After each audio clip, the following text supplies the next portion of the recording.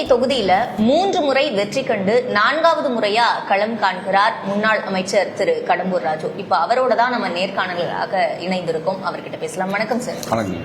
இப்போ பொதுவா இப்ப தமிழ்நாடோட முந்தைய தேர்தல் முடிவுகள் எல்லாம் நம்ம பார்க்கும்போது விமர்சகர்கள் முன்வைக்கிற ஒரு விஷயம் என்னன்னா, நிறைய கூட்டணி கட்சிகள் இருக்கக்கூடிய ஒரு கூட்டணி வெற்றி பெறுவதற்கான வாய்ப்பு அதிகம் கொண்டிருக்கு அப்படின்னு சொல்றாங்க. தற்போதைய தேர்தலை நீங்க அந்த வகையில பாக்குறீங்களா? எங்க கூட்டணி பலமான கூட்டணி, வாக்கு வங்கி உள்ள கூட்டணி என்று சொல்றோம். எங்களுடைய கூட்டணி தான் இன்றைக்கு தமிழகத்தில். எங்க 2 கட்சி தவிர இன்றைக்கு மாநில கட்சிகளாக இருக்கின்ற அனைத்து அண்ணா திராவிட முன்னேற்ற கழகம், திராவிட முன்னேற்ற கழகத்துக்கு அடுத்த வாக்கு வங்கி யாருக்கு இருக்குன்னா இன்றைக்கு பாரதிய ஜனதா கட்சி தான் இருக்கு. இன்னைக்கு காங்கிரஸுக்கு எடுத்துச்சிங்கன்னா 3%, 4% தான். அவளோட கூட்டணியில் உள்ள கட்சி 1.5%, 1.5%, 2%. அந்தந்த குறிப்பிட்ட பகுதிகளில் மட்டும் செல்வாக்குள்ள கட்சிகள் இப்படி தான் கூட்டணி சேர்ந்துருக்காங்க. இங்கே எங்களுக்கு வாக்கு வங்கி தனியாக ஒரு பிரதமர் என்று அறிவிக்காமல், வேட்பாளரை கூட முன்னிலைத்தாமல், நாடாளுமன்ற தேர்தலில் சாதாரணப்பட்ட கட்சியில் உள்ள தொண்டர்களுக்கு வாய்ப்பு கொடுத்து செலவும் செய்யாமல், தேர்தலில் அவங்க எப்படி நடத்தாங்கன்னு தெரியும், எப்படி வெற்றி பெற்றாங்கன்னு தெரியும். தேர்தலில் பணம் கொடுக்காம ஒரு நாடாளுமன்ற உறுப்பினர் கூட திமுக ஜெயிக்கலை. அது யதார்த்தமான உண்மை. நாங்கள் மக்களை மட்டும் சந்திச்சு கூட்டணியே இன்னும் சொன்னால் தேசிய முற்போக்கு திராவிட கழகம் மட்டும்தான் எங்களோட கூட்டணியில் இருந்துச்சு. வேறு யாரும் கூட்டணி இல்லை. அந்த நிலைமையில் நாங்கள் 21% வாக்கு வாங்கினோம். பிஜேபியும் சில கட்சிகளோட கூட்டணி வச்சு இவங்க வலுவான கூட்டணி அமைச்சு ஆளுங்கட்சி அதிகாரம், அதுக்கு பணப்பலம், இதுதான் தேர்தலில் முடிவை கொண்டு வந்துச்சு. தவிர கூட்டணி என்பது இப்போ நாங்கள் கூட 96 ஆட்சி எங்கள் மேலே அதிருப்தி வந்துச்சு. ஏன்னா மக்களுக்கு ஒரு கோயப்பல்ஸ் பிரச்சாரமாக ஒரு பிரச்சனைகளை கொண்டு சொல்லி, அம்மா நகை போட்டிருந்தாங்க, இத்தனை செருப்பு இருந்துச்சு, சேலை இருந்துச்சு, கொடியங்குள பிரச்சனை ஒன்றுமே அங்கே என்ன துப்பாக்கி சூடாக இருந்துச்சு, தடியடி கூட பிரயோகம் பண்ணலை. ஆனால் அதை அன்னைக்கு ஒரு தொலைக்காட்சின்னா அன்னைக்கு வேற யாரும் எந்த சேனலும் இல்லை. அவங்க அது பூதாகரமாக அதை உருவாக்கி மக்களிடம் கொண்டு சென்று ஒரு பொய்யான மாற்றத்தை கொண்டு அம்மா அவர்கள் எதாச்சும் ஒரு திருமணத்தில் கலந்துக்கிட்டாங்க, வளர்க்குமான்னு அறிவிச்சாங்க. அதையெல்லாம் போட்டு பெருசாக்கி அம்மா அவர்களுடைய அரசியல் வாழ்க்கையை கொச்சைப்படுத்துகின்ற அளவிற்கு செய்தனால அந்த பிரச்சாரம் ஈடுபட்டதுனால மக்களுடைய அதிருப்திக்கு ஆளானோம். இல்லைன்னு சொல்றேன். அன்றைக்கு அந்த தேர்தலில் காங்கிரஸ் என்ற மகத்தான சக்தி அவங்களோட கூட்டணி வச்சிருந்தோம். இன்னும் பல்வேறு கட்சி எங்களோட கூட்டணி இருந்துச்சு. இருந்தாலும் அதிருப்தி என்ற வரைகளில் கூட்டணி நிற்காது என்பதற்கு நிதர்சனமான உண்மையாக 96 தேர்தல் எங்களுக்கே பாடம். அதையும் மீறி அதிமுகவுக்கு அடுத்தபடியா பாஜகவுக்கு வாக்கு சதவீதம் இருக்கு அப்படின்னு குறிப்பிடுறீங்க. ஆனா பாஜகவை பொறுத்த வரைக்கும் இந்த 2000 இல்ல, பாஜகவுக்கு மட்டும் இல்ல நான் சொல்றது, பாட்டாளி மக்கள் கட்சி இன்றைக்கு ஒரு கட்சி தான். இன்னைக்கு அவங்கள பிரச்சனை இருந்தாலும் கொடியும் சின்னமும் யார்கிட்ட இருக்கோ அதான் உண்மையான கட்சி. இன்றைக்கு அன்புமணி ராமதாஸ் வலிமையா இருக்கார். பாட்டாளி மக்கள் கட்சி வட மாவட்டங்களில் வலிமையான கட்சி, தென் மாவட்டங்களில் வலிமையான கட்சி அம்மா மக்கள் முன்னேற்ற கழகம். இன்னும் தமிழக மக்கள் முன்னேற்ற கழகம் நிறுவனர் ஜான் பாண்டியன் தலைமையில கட்சி எங்களோடு. புரட்சி பாரதம் அங்கே வட மாவட்டங்களில் உள்ள குறிப்பிட்ட பகுதிகளில் உள்ள புரட்சி பாரதம் பூவை ஜெயன்மூர்த்தியோட கட்சி எங்களோட. இன்னும் அகில இந்திய பார்வர்ட் பிளாக்கு, இன்னும் எண்ணற்ற கட்சிகள் எங்களுக்கு ஆதரவு அளித்திருக்கின்றன. பரவலான விமர்சனமே அதிமுகவுக்கு நல்ல வாக்கு வங்கி இருக்கு, அவங்கள பலவீனப்படுத்தி அந்த இடத்த பிடிக்கிறது தான் பாஜகவுடைய நோக்கம் அப்படின்னு விமர்சனங்கள். அது இல்ல, கூட்டணி தர்மம் வரும்போது அப்படி எங்கேயுமே நடந்தது இல்லையே. எந்த வரலாறு நடந்திருக்கு? எதை சொல்ல முடியும்? பிற மாநிலங்கள்ல ஒண்ணும் இல்லையே. அவங்க அந்தந்த மாநிலங்களில் பாஜக அவ்வளவோடு பாஜக இங்க எத்தனை தொகுதியில் நிற்காங்க பாஜக வட மாநிலங்களில் நிலைமை வேற, இங்க வேற. அவங்க அதிகமான எண்ணிக்கையில தொகுதியில் ஆட்சியை நிர்ணயம் செய்யக்கூடிய அளவிற்கு தொகுதிகளில் போட்டியிட்டு வெற்றி வரும் நேரத்தில் அப்படி சொல்ல இயற்கை அமைகின்ற வாய்ப்பை பயன்படுத்துவாங்க. அது அரசியல் தேர்தலே அதுதான். அதிமுக தலைமையில தான் கூட்டணி. அவங்க பிஜேபி 27 தொகுதியில தான் நிக்காங்க. அவங்க அப்படி ஒரு எண்ணம் இருந்தால் அதிகமான தொகுதியில கேட்டுப்பாங்க, வாங்கியிருப்பாங்க. நாங்கள் கொடுத்த தொகுதியில வாங்கிட்டாங்க. ஏன்னா இங்க நிதர்சனமாக பாஜக உணர்ந்திருக்கின்றது திமுகவுக்கு மாற்று அதிமுக தான். எனவே நாங்கள் 172 தொகுதியில் போட்டிடுறோம். அதிகமான சின்ன இரட்டலை சின்னத்தில் போட்டிக்கின்ற ஒரு மகத்தான கட்சி என்று சொன்னால் நாங்கள் தான். அப்போ மெஜாரிட்டி பலமாக தனிப்பட்ட மெஜாரிட்டியில் நாங்கள் வருகின்ற வாய்ப்பு இருக்கும்போது இந்த கேள்விக்கே இடமில்லை.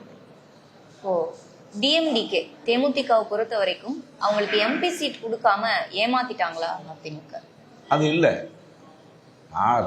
அவங்க மாநிலங்களவை மேலவை உறுப்பினர் பதவி கேட்டது உண்மை. எடப்பாடியார் அவர்கள் சொன்னது உண்மை. ஆனால் இந்த வருஷத்திலே கொடுக்கணும், இப்பவுமே கொடுக்கணுங்கிற நிலைப்பாட்டில் சொல்லலை. அடுத்த முறை கொடுப்போன்றதை சொல்லியிருந்தாங்க. இந்த முறை இருந்தால் அவங்களை கொடுத்துருப்போம். இன்னைக்கு டாக்டர் அன்புமணி ராமதாஸுக்கு எப்படி கொடுத்தோமோ அதே போல கொடுத்துருப்போம். அதையும் பேசி ஒப்பந்தம்லாம் வாங்கியாச்சு. ஒப்பந்தத்தில் அவங்களே சரின்ட்டாங்க. ஆனால் அந்த கடந்த முறை என்னாச்சுன்னா எங்களுக்கு 3 தான் நாடாளுமன்றத்தில் இருந்தாங்க. 3 பேர் 5 பேர் இருந்தால்தான் அங்கே கட்சியோட அங்கீகாரம் பார்லிமெண்ட்ல கிடைக்கும். அப்போ அந்த 2 பேருக்கு அன்னைக்கு இன்பதுரையும் தனபால ஆகிய 2 கட்சியில எங்களுக்கு கொடுத்தாதான் 5 என்ற எண்ணிக்கை பெறுகின்ற நேரத்தில் பாராளுமன்றத்தில் ஒரு கட்சிக்கு அங்கீகாரம் வேணுமா வேண்டாமா? நாங்கள் 50 பேர் நாடாளுமன்ற உறுப்பினர் இருந்த இயக்கம், அந்த கட்சிக்கு நாங்கள் ஒரு தனியாக அங்கீகாரம் வேண்டும் என்ற சூழ்நிலை இருந்தது. அதெல்லாம் விளக்கணும். அவங்க அன்னைக்கு ஒத்துக்கிட்டாங்க, இன்னைக்கு அரசியலுக்காக மாத்தி பேசுறாங்க. நாங்க இந்த முறை கூட்டணியில அவங்களை தக்க வைக்கிறதுக்கான முயற்சிகள் எடுக்கப்பட்டு முந்தைய நாள் இரவு வரை எங்களோட பேசினார்கள். இரவு எங்களை சந்திக்க வருவதாக சொன்னார்கள். எங்களை சந்திக்க வருவதாக சொல்லிவிட்டு காலையில அங்கே சென்றார்கள்.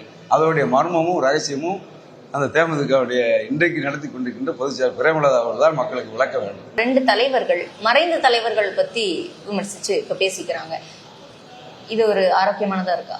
இல்ல, மறைந்த தலைவர்கள் பற்றி விமர்சனத்துக்கு மறைந்த தலைவர்கள் மட்டும் இல்ல, தனிப்பட்ட முறையில கூட யாரும் மறைந்து விட்டால் அவர்கள் விமர்சனத்துக்கு அப்பாற்பட்டவர்கள், அது நாகரிகம் அல்ல. ஆனால் இதை துவக்கியதே யாரு? திராவிட முன்னேற்ற கழகம். அம்மா அவர்கள் முதலமைச்சராக இருந்தார்கள். ஏன்னா அம்மா அவர்கள் ஊழல்வாதி குற்றவாளி என்று சொல்லி ஊழல்வாதிக்கு எப்படி இங்கே மெரினாவில் நல்லடக்கம் செய்யலாம், அங்கே எப்படி நினைவிடம் கட்டலாம் என்று வழக்கு மன்றத்துக்கு சென்றதே திமுக தான். இந்த அரசியலை முதல்ல துவக்கியது அவங்க தான். அம்மா அவர்கள் குற்றவாளி ஊழல்வாதி என்று சொன்னால் அதற்கு பிறகு சிறைக்கு போயிட்டு வந்த பிறகு தானே 1 மாதம் சிறைக்கு போனாங்க, வழக்கை சந்திச்சாங்க. அவங்க நினைச்சிருந்தா 2001 அன்றைக்கு எதிர்கட்சியாக இருந்த எஸ்ஆர் பாலசுப்ரமணியன் இந்த வழக்கை நாங்கள் ஒத்துக்கிட்டோம், நீங்கள் இந்த வழக்கை வாபஸ் வாங்க. இல்லை, இது பொய் வழக்கு, நான் இந்த வழக்கை சந்திக்க தயார். இந்த வழக்கு சட்டமன்றத்தில் அன்னைக்கு ஆளுங்கட்சி எதிர்கட்சியும் முடிவு பண்ணால் அந்த வழக்குகளை பூரா விளக்கிருக்கலாம். அதான் அம்மா அவர் விரும்பாமல் நீதிமன்றத்தை நீதிமன்றத்தை ஒரு தண்டனை வழங்கிச்சு. ஆனால் அண்ணா சொல்லியிருக்காங்க, மக்கள் தீர்ப்பே மகேசன் தீர்ப்பு. அதற்கு பிறகு தானே இந்த பிரச்சனைகள்லாம் நடந்து அம்மா ஒரு சிறைக்கு போயிட்டு வந்த பிறகு தானே 2016 தேர்தல் வருது. 2016 தேர்தலில் மக்கள் அதை ஏற்றுக்கிட்டு இருந்தாங்கன்னா எப்படி அம்மா அவர்களை தேர்தல்? இன்னும் சொல்ல போனால் யாரோட கட்சியில் கூட்டணி இல்லாமல் தமிழக அரசியல் வரலாற்றிலே நாடு சுதந்திரம் பெற்ற பிறகு 234 தொகுதிகளிலும் இரட்டை இலை சின்னம் ஒரே சின்னம் என்ற தேர்தலை சந்தித்த தெம்புள்ள திராணி உள்ள தலைவியாக அம்மா அவர்கள் தன்னந்தனியாக சேர்ந்து சந்தித்து 134 இடங்களை பெற்று ஆட்சி அமைத்த வரலாறு. அது எப்படி மக்கள் தானே, மக்கள் முன்ன தானே தீர்ப்பளிக்கணும். அப்படி தீர்ப்பளித்த மகத்தான தலைவர் அதுக்கு பிறகு மறைகின்றாங்க. இவங்க வழக்கு போடுறாங்க. திமுக தலைவர் கருணாநிதி மறைஞ்சவொன்னே அந்த இடம் கிடைக்கலங்கிறதுனால இரவோடு இரவாக அந்த வழக்குகளை பூரா வாபஸ் வாங்குறாங்க. அப்போ இதுக்கு தவறான முன்னுதாரணத்தை ஏற்படுத்தியாருன்னா திராவிட முன்னேற்ற கழகத்தை சேர்ந்தவர். புதுச்சேரியில விடுதலை சிறுத்தைகள் கட்சி சார்பா வேட்புமனு தாக்கல் செஞ்ச வேட்பாளர்களுக்கு வாக்கு போட வேணான்னு திருமாவளவனே சொல்றாரு. அவங்களுக்குள்ள உடன்பாடு இல்லை, சுமமான நிலைமை இல்லை. மதிமுகவுக்கு 4 தொகுதினாங்க. 4 தொகுதின்னா இப்போ நாங்கள் எங்கள் கட்சியில் கூட்டத்தில் யாரையாவது எங்கள் சின்னத்தில் நில்லுங்கன்னு நாங்கள் வலியுறுத்துறோமா? இல்லை. அவர்களாக விரும்புகிற சின்னம் தாமரை நிற்கலாம், இல்லை அவங்க தனிப்பட்ட சுயேட்சை சின்னத்தோட நின்னா நாங்கள் வாக்கு கேட்க தயார். எங்கள் சின்னத்தில் தான் நிற்கணும்னு ஒருத்தரை கூட நாங்கள் அழுத்தம் கொடுக்க வேண்டியது. திராவிட முன்னேற்ற கழகத்தில் இன்னைக்கு மதிமுக 4 சீட்டு கொடுத்தா, 3 சீட்டில் உதவி சொல்லிட்டுருங்க, 1 சீட்டில் உங்கள் சின்னத்தில் நின்றுக்கோங்க. அவர் ஏதோ பாவம் அவங்க என்ன நினைச்சாங்கன்னா, 1 சீட்லையாவது நம்ம தனித்துவமாக நின்னாதான் நம்ம கட்சிக்கு தனித்தன்மை கிடைக்கும்னு சொல்லி அதை கூட என்ன நடந்துச்சு தெரியல. சீர்காழியில் கடைசியில் அவர் முடிவை மாற்றினாரா மாற்றப்பட்டாரான்னு தெரியாது, அது அவங்க சொன்னாதான் தெரியும். ஆக இப்படிப்பட்ட நிலையில் அவர்கள் கூட்டணி கட்சிகளை நடத்துகிறாங்க. அவர் கூட மதிமுக அந்த பேச்சுவார்த்தையில் ஒரு உயர்மட்டத்தில் ஒரு தலைவருடைய நாங்கள் அழுது கொண்டே சிரிக்கின்றோம் அப்படின்னு சொல்லி பேட்டி கொடுத்தாரு. அதுபோல் திருமாவளவனும் உருக்கமாக அவர் தொண்டர்களுக்கு முன்னால் பேசி நமக்கு இவ்வளோதான் கொடுக்காங்க, வேறு வழி இல்லை, இந்த தேர்தல் நம்ம சந்திச்சாகணும், தேர்தலில் நமக்கு மன நிறைவாக இல்லை, அவங்க கொடுத்த இடங்கள் சரியில்லை, இடங்களும் சரியில்லை, சீட்டும் சரியில்லை, கொடுத்த இடங்களும் சரியில்லை அப்படின்னு சொல்லி உருக்கமாக சொன்ன பிறகு அவன் தொண்டர்கள் எப்படி இணக்கமாக வேலை பார்ப்பாங்க? இதுதான் திராவிட முன்னேற்ற கழகத்தின் கூட்ட வேண்டிய நிலை. சரி, இப்ப நீங்க யாருக்கும் சின்னம் தொடர்பா அழுத்தம் கொடுக்கல அதிமுகன்னு குறிப்பிட்டீங்க. இப்ப தமிழ் மாநில காங்கிரஸ் தாமரை சின்னத்தை சூஸ் பண்ணியிருக்காங்க. அப்ப யாருக்கு அப்பர் ஹேண்ட் இருக்கு? அவங்க தனி சின்னம்னா பரவாயில்ல. இல்ல, அது அவர்களுடைய விருப்பம். நான் தான் சொல்லிட்டேனே, எங்க கூட்டணியை பொறுத்தவரை அவர்களுடைய விருப்பம். எடப்பாடியா சொன்னார், நீங்க 2 நாள் நின்னுங்க, உங்க விருப்பம் எந்த சைக்கிள் கிடைக்கல, அதனால ஒரு சின்னத்தை எடுக்காங்க, நாங்க தாமரையில் நிற்க போறோம் அவங்க முடிவு எடுத்தாங்க. ஏன்னா அவங்க நாடாளுமன்ற தேர்தலில் பாஜகவோட கூட்டணி வச்சு தேர்தலை சந்திச்சாங்க.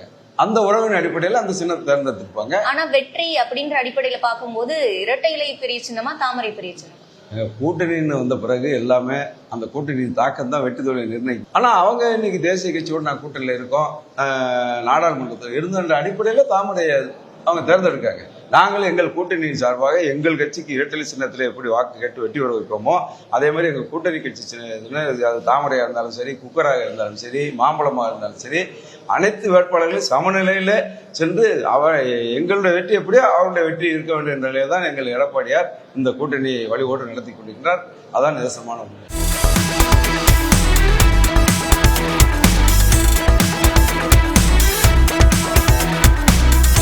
இப்ப நான் கேட்கிற கேள்விக்கெல்லாம் நீங்க ஒரே வார்த்தையில பதில் சொல்லணும். கடம்பூர் ராஜு அவர்களின் பலம். என்னுடைய பலம் இந்த இயக்கத்திற்கு 50 ஆண்டு காலமாக இயக்கத்தில் மாறாமல் தொண்டனாக பணியை துவங்கியது நடந்து இன்றைக்கு 67 வயது. நான் 17 வயதிலேயே முதல் தேர்தலில் அனைத்து அண்ணா திராவிட முன்னேற்ற கழகம் முதல் தேர்தலிலேயே பூத் ஏஜென்டாக பணியாற்றியவன். பலவீனம் என்பது எனக்கு கிடையவே கிடையாது. திமுகவை விமர்சிக்கணும் ஒரே வரியில. குடும்ப ஆட்சி, மக்களுக்கான ஆட்சி அல்ல. அதிமுக மீண்டும் செய்யக்கூடாத ஒரு தவறு. ஆட்சிக்கு வந்த நேரத்தில் திராவிட முன்னேற்ற கழகத்தின் தவறுகளை நாங்கள் தண்டனை வழங்கியிருக்க வேண்டும். இனிமேல் வழங்குவோம். அதிமுக பாஜக உங்களுடைய எதிர்காலம். இன்றைக்கு பாஜக 3வது முறை வெற்றி பெற்று மாண்புமிகு பாரத பிரதமர் மோடிஜி அவர்கள் 3வது முறை காட்டி வெற்றி பெற்று பிரதமராக வந்திருக்கின்றார். உலக நாடுகளின் பார்வையிலே இந்தியா என்ற நிலையை நோக்கி கொண்டு செல்கின்றார். அதேபோல மக்களை காப்போம், தமிழகத்தை மீட்போம் என்ற கொள்கை முழக்கம் தான் இந்த தேர்தலில் எங்களுடைய கொள்கை முழக்கம். அந்த காலத்தில் நாடு விடுதலை பெறுவதற்கு நாட்டை எப்படி மீட்க வேண்டியிருந்ததோ அதே போல இந்த திராவிட முன்னேற்ற கழகத்தில் ஊழல் ஆட்சி, கொள்ளை ஆட்சி, சமூக விரோத ஆட்சி, சட்ட விரோத ஆட்சி, போதைப் பொருள் நடமாட்டத்தில் தமிழகம் தலைகுனி இந்த நிலையை மாற்றி அண்ணன் எடப்பாடியார் இன்றைக்கு சொல்கின்றார், எண்ணி 30 நாட்களில் போதை இல்லாத தமிழகத்தை நான் உண்டாக்கு அதாவது போதைப் பொருள் நடமாட்டத்தை கட்டுப்படுத்துவது. அதுதான் இன்றைக்கு உள்ள தலையாய பிரச்சனை. அதான் எங்களுடைய லட்சியம். தமிழ்நாட்டில் பாஜகவோட வளர்ச்சி, அதை பத்தி ஒரு வரி. பாஜக நன்றாக வளர்ந்திருக்கின்றது.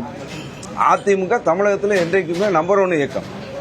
2.25 கோடி உறுப்பினர்களாக கொண்டிருக்கிற இயக்கம் என்று சொன்னால் அனைத்து அண்ணா திராவிட இன்னைக்கு தமிழக இந்திய துணை கண்டத்தில் 3வது பெரிய இயக்கம், உலக அளவிலேயே அதிக உறுப்பினர் கொண்ட 7வது இயக்கம் என்ற நிலையிலே தான் எங்களுடைய செயல்பாடு இருக்கின்றது. நிலையும் அப்படித்தான் இருக்கின்றது. அதிமுக என்பது பெரிய ஆலமரம். அதில் விழுதுகளாகவும் வேர்களாகவும் தொண்டர்கள் காத்து நிற்கின்றதுனால தான் காலம் கடந்து இருவரும் மகத்தான தலைவர்கள் மறைவுக்கு பிறகும் இன்றைக்கு மகத்தான கட்சியாக உலா வருகின்றது. பாரதிய ஜனதா கட்சியை பொறுத்தளவில் தமிழகத்தில் பேரளவுக்கு இருந்த கட்சி. இன்னும் சொல்லமா 2011 நாங்கள் தேர்தலில் இருக்கும்போது இங்கே போட்டிட்டு வேட்பாளர் 2000 வாக்குகளை பெற்றார்.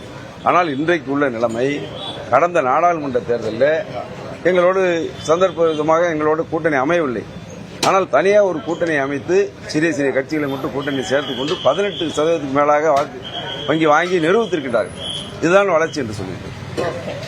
தூத்துக்குடி எம்பி கனிமொழி இவர்களுடைய செயல்பாடு பற்றி ஒரு வரும் முதலமைச்சர் குடும்பத்தைச் சேர்ந்தவர் என்ற ஒரு சிறப்பு தானே தவிர 2 முறை நாடாளுமன்ற உறுப்பினர். நீங்களே என்னோடு இந்த தொகுதியில் என்னோடு வந்தாலும் சரி, நீங்களாக இந்த தொகுதியில கோவில்பட்டி சட்டமன்ற தொகுதியை பார்த்தால் அடையாளமாக அவருடைய அடையாளம் என்பது ஒன்று கூட சொல்ல முடியும். 2 முறை நாடாளுமன்ற உறுப்பினர், கிட்டத்தட்ட 7 ஆண்டுகளாக நாடாளுமன்ற உறுப்பினர் இருக்கின்றார். கோவில்பட்டி மொத்தமாக தூத்துக்குடி சட்டமன்ற நாடாளுமன்ற உறுப்பினர்களையும் குறிப்பிட்டு சொல்ற அளவுக்கு அவருடைய பணி இல்லை. இங்கே கோவில்பட்டி சட்டமன்ற தொகுதியில் அறவே இல்லை என்பதுதான் அவருடைய செயல்பாடு. குறிப்பிட்டு சொல்லக்கூடிய அளவுக்கு இல்ல அப்படின்னாலும் சென்ற நாடாளுமன்ற தேர்தல் பார்க்கும்போது அதிமுக டெபாசிட் இழக்கும் அளவுக்கு அவங்க வாக்கு வங்கி வாங்கியிருக்காங்க. இல்ல, அது ஒரு சூழ்நிலை. அவங்களுக்கு கூட்டணி, அவர் சொல்றாரு நாங்க கூட்டணி தான் நம்புறோம் சொல்றாரு. நாங்க கூட்டணியை அமைக்கல, யாரு பிரதமர்னு முன்மொழியில. நாங்க நாடாளுமன்றத்தில் சந்தித்த விதமே வேறு. நந்தனியாக தேர்தல்களத்தில் நின்றோம். அதிலும் 21% அதிகமான வாக்குகளை பெற்றோம். ஆனா அவர்கள் நம்பியது கூட்டணியை மட்டும்தான். அதுபோக ஒரு மாயையான பிம்பத்தை பாஜக ஏதோ தமிழகத்தில் தீண்டத்தகாத கட்சி, இஸ்லாமியர்களுக்கு, சிறுபான்மை மக்களுக்கு விரோதமான கட்சி என்ற தோற்றத்தை தொடர்ந்து உருவாக்கி கொண்டு வருகின்றார்கள். நிதர்சனமான உண்மை அப்படி அல்ல. இன்றைக்கு உலகத்திலே உள்ள அரபு நாடுகள் கூட அத்தனை நாடுகளும் மோடியோடு நட்பு, பிரதமர் மோடி அவர்களோடு நட்புறவை பாராட்டுகின்றார்கள். எந்த உலகத்திலே ஏதாவது பிரச்சனை என்று வந்தாலும் கூட அவர்கள் ஆலோசிக்கின்ற முதல் பிரதமர் உலகத்திலே மாண்புமிகு பிரதமர் அவர்களைத்தான்.